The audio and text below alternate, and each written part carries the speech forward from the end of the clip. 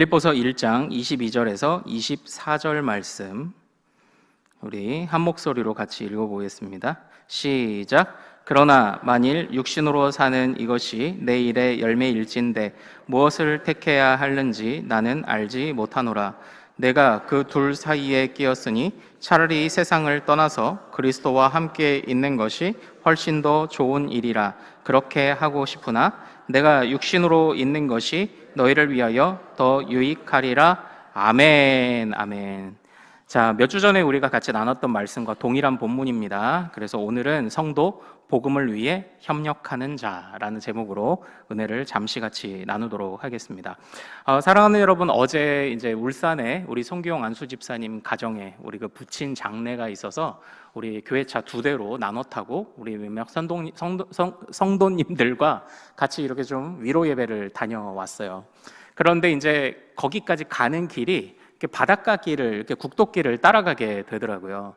그러니까 길을 가다 보니까 이쪽 영덕 가는 풍경하고 좀 비슷한 겁니다. 어떤 풍경이냐면 바다가 보여요. 그리고 작은 어촌 마을에 포구가 있어요. 그리고 빨간색 뭐가 서 있을까요? 예, 등대가 항상 서 있어요. 그래서 야, 동해안은 똑같구나 제가 이런 생각을 한번 해봤어요. 저기 갯마을 차차차 가도 빨간 등대에 포구가 있고 울산 가도 빨간 등대에 포구가 있고 이렇게 동네마다 지나가다 보니까 비슷한 풍경이 이제 되더라고요. 그러니까 여러분들 등대라는 걸 한번 생각을 해보시죠. 등대는요 뭐 아주 언덕배기에 설치하지 않더라도 그 포구에서 그래도 제법 눈에 띌 만한 곳에 등대를 설치합니다.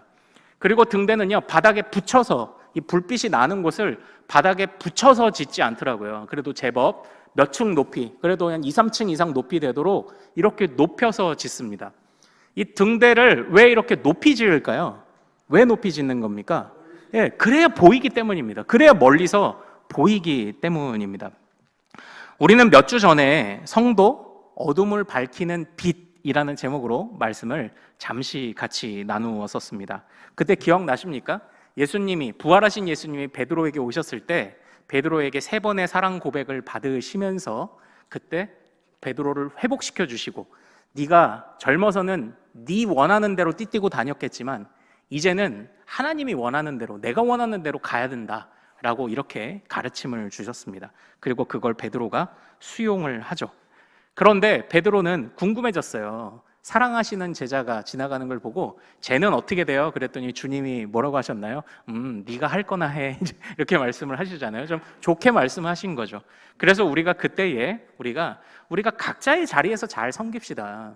각자의 자리에서. 그러나 우리가 전체적으로 수준이 낮아지거나 하향 평준화가 되지 않도록 우리가 믿음의 기준과 표준도 잘 생각하며 따라갑시다. 우리가 이런 말씀을 나누었었습니다. 그리고 그때 오늘과 동일한 본문이었습니다. 사도 바울은 고민했어요. 내가 사실은 이 세상을 떠나서 하나님께 가는 게 좋은데, 근데 이 떠난다는 게 이제 어떤 정도의 의미냐면 아예 이제 그 배가, 항구에 있던 배가 닷을 걷어 올리고 저 바다로 아예 떠나버리는 이제 이런 정도의 느낌과 강도를 가진 겁니다. 그러니까 정말 간절히 떠나고 싶은 거예요. 모든 것을 정리하고 떠나고 싶은 겁니다. 내가 당장이라도 떠나고 싶지만, 그런데 하나님이 나를 하늘과 땅 사이에 어떻게 해놓으셨다? 끼어있게 만드셨다는 거예요. 왜 나를 끼어있게 만드셨냐? 여기 있는 게, 성도들과 함께 하는 게 유익이라서 나를 여기에 끼어있게 하셨구나. 끼어있게 하셨다. 이렇게 이제 고백하는 장면이 있지 않았습니까? 그래서 성도는 어둠을 밝히는 빛입니다. 빛은 어두워야 드러납니다. 주님이 왜 우리에게 고난과 어려운 일들을 허락하시는지 다는 몰라요. 그러나 어두워야 빛이 드러나기 때문에. 그리고 등대처럼 우리가 등대를 보면 이제 높이 만든다고 했잖아요. 제가 그 등대를 보면서 생각나는 그런 말씀이 있었어요. 그 말씀이 뭐냐면, 너희는 세상의 빛이라. 산 위에 있는 동네가 숨겨지지 못할 것이요, 사람이 등불을 켜서 말 아래에 두지 아니하고 어디에 둬요? 등경 위에 두나니. 빛은 항상 높은 데 두는 거더라고요. 항상 높은 데. 등대를 높이 만드는 것처럼 그곳에서 불어오는 비바람을 다 견디고 맞아야 돼요. 그래야 그 높은 곳에서 빛날 수 있습니다. 그것처럼. 그리고 빛은 어두워야 빛나요. 주님이 우리를 고난이나 어려움 중에 두시는 이유를 다는 모르지만 주님이 왜 그렇게 모진 비바람을 맞게 하시며 그렇게 우리를 자꾸 그 모질고 거친 곳으로 그렇게 세우시냐? 그래야 빛이 드러나요. 왜 우리를 어둠 중에 두시냐? 그래야 빛이 드러나기 때문입니다. 내가 정말 주님 떠나면 좋겠지만 내가 이 사이에 끼어 있게 하신 그래도 하나님의 뜻을 내가 모르지 않는다고 말했던 그런 사도 바울의 고백이 어제 이렇게 등대를 보고 지나가면서 또 한 번 이렇게 제 마음속에 좀 떠오르더라고요. 그렇게 성도들은 이 세상의 어둠을 밝히는 빛으로 살아갑니다. 그래서 주님이 어둠 가운데 우리를 두신 것 같아요. 다는 모르죠. 그러나 어둠 가운데서 빛을 제대로 발할 수 있도록 우리를 두시는 것 같습니다. 오늘 우리가 함께 나눌 말씀은요, 같은 본문이고 거기 아래를 이제 조금만 더 볼 건데 우리를 어떤 자로 부르셨다는 거예요? 복음에 협력하는 자로 부르셨다는 겁니다. 성도는 어떤 자입니까? 복음을 위해 협력하는 자예요. 내가 떠나면 좋아요. 그러나 주님이 왜 끼어 있게 하시냐고요. 왜 끼어 있게 하시냐? 빛이 되라고, 빛을 보이라고. 또 왜 우리를 이 사이에 끼어 있게 하십니까? 복음에 협력하라고요. 복음에 협력하라고 그것을 이루셨다라는 것입니다. 제가요, 오래전에 검정고무신인가 하는 만화에서 본 건데요. 이제 방학 때 옛날에 거의 막 이제 60, 70년대 배경을 하고 있는 그런 만화인데 거기 이제 주인공 형이 아마 여름방학이 돼가지고 이제 아르바이트로 아이스 깨끼 장사를 이제 하는 장면이 나왔었던 것 같아요. 그랬는데 이제 어떻게 합니까? 아이스 깨끼 이러면서 돌아다니면서 팔아야 되잖아요. 통에 넣고. 그런데 장사가 안 되는 거예요. 그런데 얘가 이제 친구하고 같이 파는데 장사가 안 되는데 그래서 어떻게 했는지 아십니까? 야, 안 되겠다. 나라도 네 걸 사줘야지. 그래서 동전을 하나 친구한테 주고 그 아이스크림을 먹었어요. 그랬더니 또 친구가 야, 네가 내 거 사줬으니까 나도 사줘야지. 그래서 또 동전을 주고 하나를 먹었어. 그랬더니 야, 안 그래도 되는데 내가 다시 네 거 살게. 또 주고 아이스크림 하나 먹고 아이스크림을 다 먹었는데 동전은 몇 개만 남았을까요? 한 개만 남은 거예요. 이 하나 가지고 자꾸 이렇게 왔다 갔다 이제 했던 거죠. 아이스크림은 다 먹었어요. 그런데 동전은 몇 개? 하나인 거예요. 이걸 나중에 깨닫고 나서 뭐야, 우리가 다 먹어버렸잖아, 엥 하고 이제 끝나더라라는 겁니다.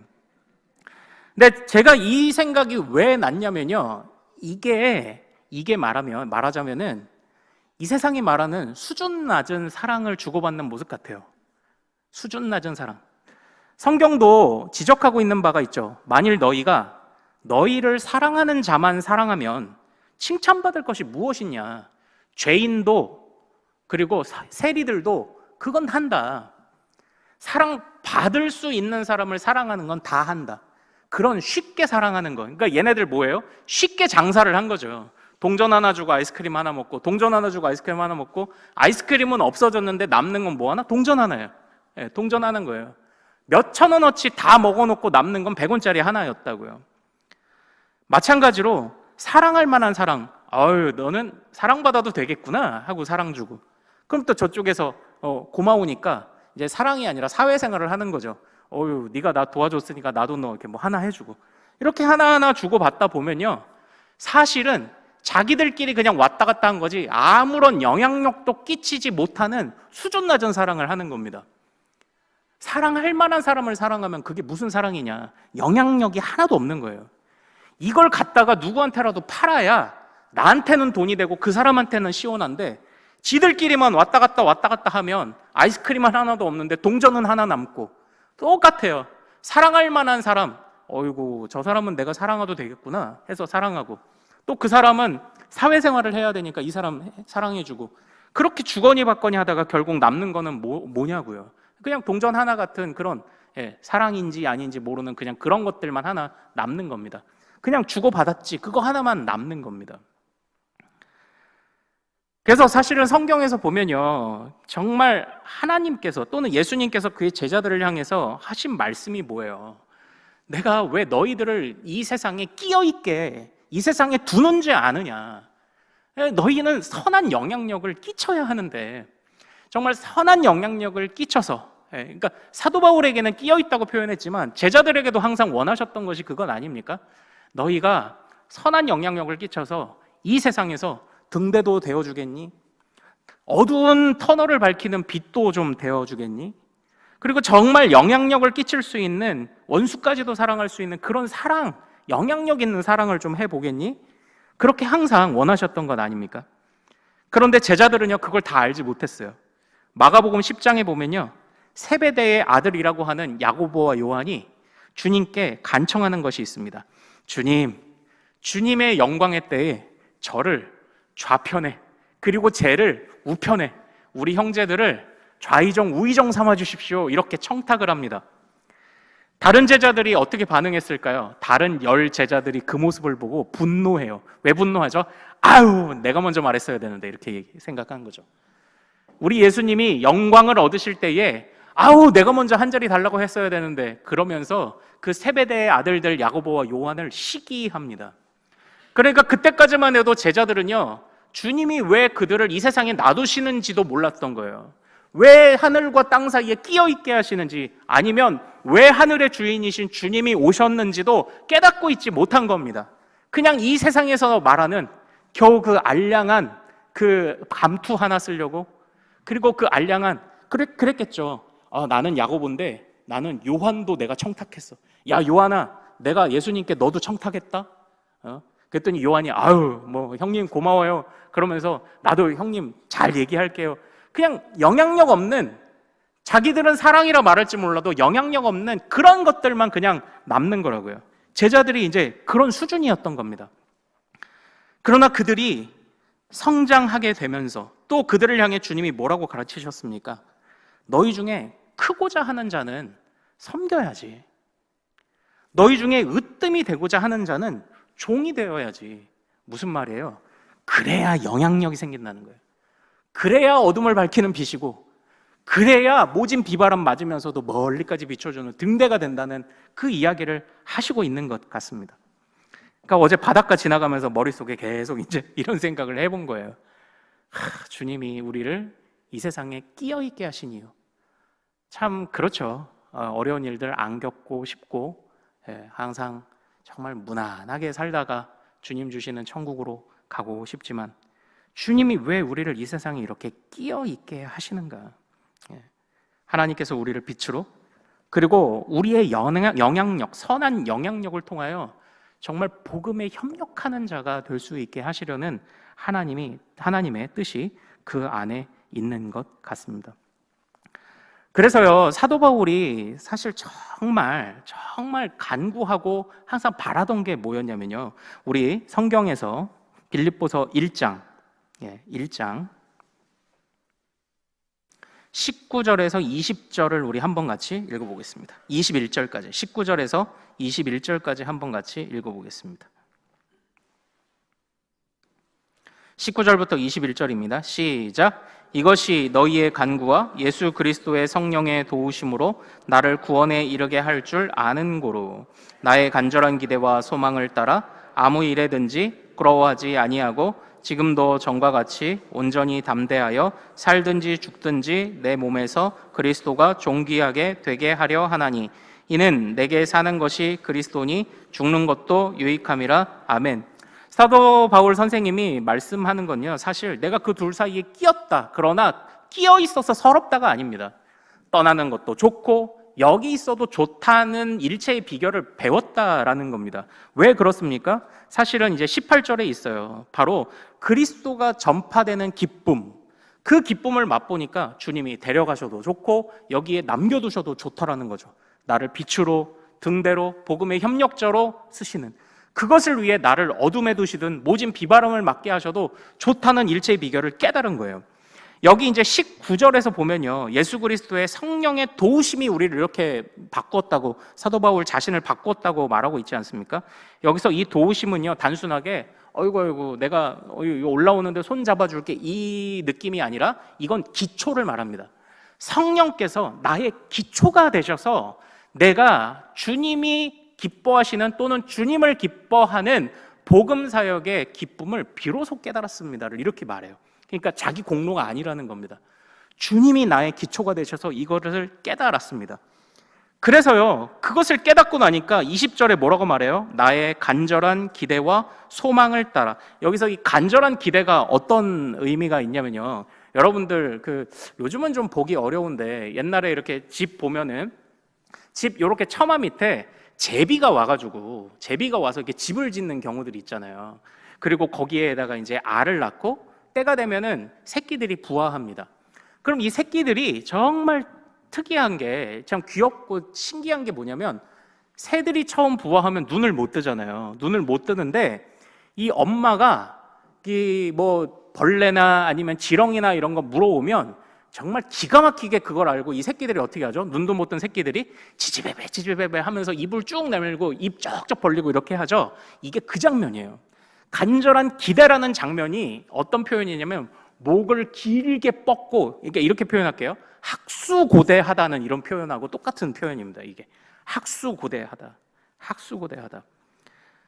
그러니까 내가 이 사이에 끼어 있어서 가도 좋지만 그래도 남아 있는 것도 좋다는 일체 비결을 배운 겁니다. 주님이 기초가 되셨고요, 그 기쁨을 알고 나니까 나는 끼어 있어요. 나는 어둠에 있어요. 나는 모진 비바람 맞아요. 그러나 그 속에서도 내가 고개를 쭉 내밀고 주님만을 향하여 입을 벌릴 줄 아는 일체의 비결을 배웠다는 거예요. 그게 성령이 그렇게 역사하셨다는 겁니다. 예. 그러니까 사랑하는 여러분, 이제 우리가 오전에 같이 나눴던 말씀에 또 하나의 실전편 같은 거죠.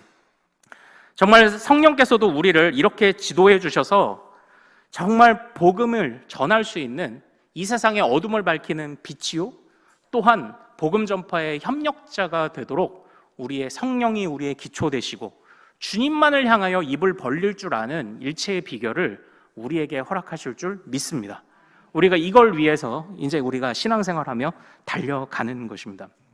정말 주님이 책임지시는 거예요. 그러니까 어떤 분이 질문을 하시더라고요. 아니 목사님, 그쵸, 주님이 책임지시겠는데요, 그런데 이 세상도 인생사 세옹지마야 라고 말하며 긍정적인 생각을 말하잖아요. 그리고 긍정적인 생각을 하라고 할 때 많은 사람들이 도움을 받잖아요. 그러면 우리가 긍정적인 생각을 갖는 것과 하나님이 책임져 주실 것이라는 확신을 갖는 것 사이에 무슨 차이가 있어요? 누가 이런 질문을 한번 저한테 하신 적이 있었어요. 여러분들은 어떻게 대답하시겠습니까? 긍정적으로 생각해. 긍정적으로. 그 인생사 세옹지마야. 그거랑 하나님이 책임져 주실 거야. 에이, 잘 될 거야. 잘 인도해 주실 거야. 이게 뭐가 다르냐고요. 뭐가 다르죠? 그 차이는요, 긍정적인 생각은요, 그것이 사람의 마음을 조금 이렇게 용기를 주고 그런 영향력이 있을 수 있습니다. 그러나 반드시 잘 될 것이라는 근거가 없어요. 하지만 주님이 책임지실 거야 라는 것은요, 하나님의 살아계심과 그의 능력과 그의 죽음을 이기신 능력이라는 거룩한 근거가 있습니다. 다시 말하면 우리는 긍정적인 생각은 막연함에 기대는 거예요. 그럴 수도 있고 안 그럴 수 있어요. 그러나 우리가 갖는 믿음은 뭐냐면요, 확실한 주님이라는 반석과 근거 위에 우리를 맡기는 거예요. 실패할 수가 없습니다. 하나님께 맡겨진 우리의 인생은 실패할 수가 없어요. 어둠에 있어도 실패할 수 없고요, 높은 곳에 들려져서 등경 위에 두시잖아, 자꾸 주님이. 그래서 자꾸 우리의 때로는 수치와 고난을 사람들이 다 구경하게 하시잖아요. 우리는 수치스러워서 눈을 가리지만 주님이, 야, 등불은 원래 높이 들려야 되는 거야. 그리고 넌 견딜 수 있다? 넌 할 수 있다? 주님이 계속 우리를 그렇게 이끌어 가시는 것 아닙니까? 왜요? 확실하게 구원해 주시니까, 확실하게 붙들어 주시니까. 근거의 차이가 있어요. 막연하냐? 아니면 확실한 근거로 주님이 단단히 붙잡아 주시느냐, 거기에 차이가 있습니다. 그래서 사도 바울 선생님은요, 이렇게 고백합니다. 자, 우리 27절, 28절 같이 한번 읽어보도록 하죠. 1장 27절, 28절입니다. 자, 시작. 오직 너희는 그리스도의 복음에 합당하게 생활하라. 이는 내가 너희에게 가보나 떠나 있으나 너희가 한 마음으로 서서 한 뜻으로 복음의 신앙을 위하여 협력하는 것과 무슨 일에든지 대적하는 자들 때문에 두려워하지 아니하는 이 일을 듣고자 함이라. 이것이 그들에게는 멸망의 증거요 너희에게는 구원의 증거니 이는 하나님께로부터 난 것이라. 아멘. 아멘. 사랑하는 성도들이여, 당신들이 등경 위에 높이 들려지고 어려움을 겪는 것을 보니 진짜 하나님의 편이시군요 라고 이렇게 얘기하고 있습니다. 이 세상은 주님을 거절하고 알량한 사랑 같은 것을 진짜 사랑인 양 말하고 결국은 영향력 없이 남은 건 동전 한 입 같은 그런 세상이지만, 그러나 그들이 가치 있게 보지 않는 당신들의 사랑의 수고와 헌신과 어둠 속에서도 빛으로 살려고 하는 몸부림과 주님을 의지하여 성령이 기초가 되어주시기를 간구하는 그 기도가 복음의 협력자, 복음과 신앙을 위한 협력하는 정말 중요한 밑거름이 될 것입니다. 사도 바울이 지금 이걸 고백하고 있지 않습니까? 그래서 사도 바울이 더 고백하는 거예요. 내가 떠나도 좋지만 그래도 여기 있는 게 좋다. 그래도 여기 있는 게 좋다. 이렇게 고백하는 겁니다. 사랑하는 여러분, 우리가요 신앙생활을 하는 것은 때로는 굉장히 소극적으로 보입니다. 그러나 우리 존 파이퍼 목사님은요, 우리 믿는 자들은 소극적인 사람들이 아니라고 했어요. 굉장히 적극적인 사람이래요. 왜냐? 그 방법이 다를 뿐이에요. 우리 믿는 자들은 기도로서 세상과 싸우는데, 그런데 기도는 이 세상에 나타나는 현상에 대한 반역이랍니다. 이 세상에 나타나는 수많은 어둠과 모진 비바람과 우리 마음을 흔드는 것들과 어떻게 싸우냐 할 때 존 파이퍼 목사님이 이렇게 말씀하십니다. 그것들로부터 돌이켜, 그러니까 현상에 대하여 반역이라고 표현했지만 등을 아예 돌려서 그들과 편먹지 않으려는 몸부림이 무엇이냐? 그게 기도라고 말하고요. 이렇게 적극적인 공격은 없다고 했어요. 그렇게 적극적인 공격도 없다. 그러므로 우리 믿는 자들은 이 세상에서 그냥 주님이 인도하신 대로 살아가는 것이요, 소극적인 삶이 아니라고 했습니다. 굉장히 적극적인 삶이라고 했어요. 왜냐?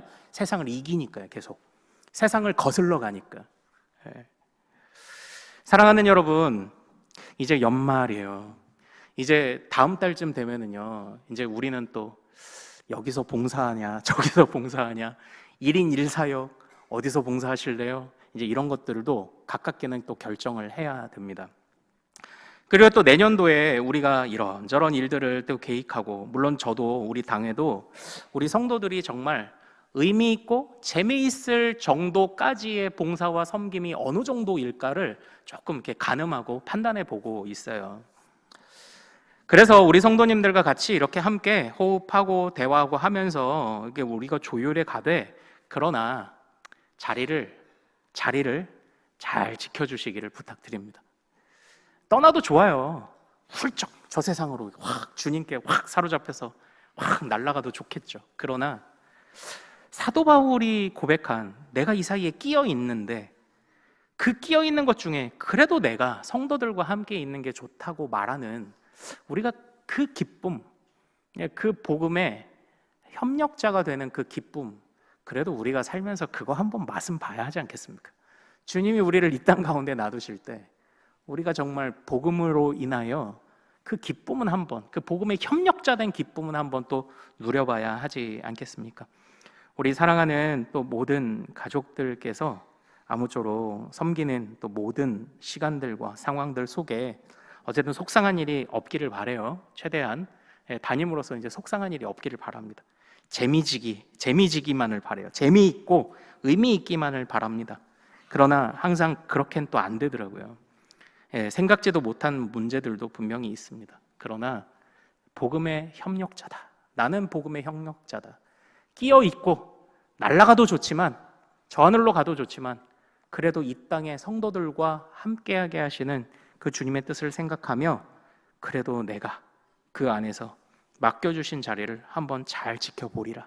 이 마음으로 또 이 연말을, 한 해를 잘 마무리해 주시고, 또 우리 새해를 또 맞아 우리 교회가 각자의 자리에서 지체되어 힘차게 달려갈 수 있기를 소망합니다. 자, 우리 같이 좀 찬양하기를 원합니다. 다시 복음 앞에. 이제 우리는 말만 하는 사람이 되면 안 돼요. 많은 이들 말하고 노래하지만 정작 가진 않는 길. 그러나 우리는 그 길을 갑니다.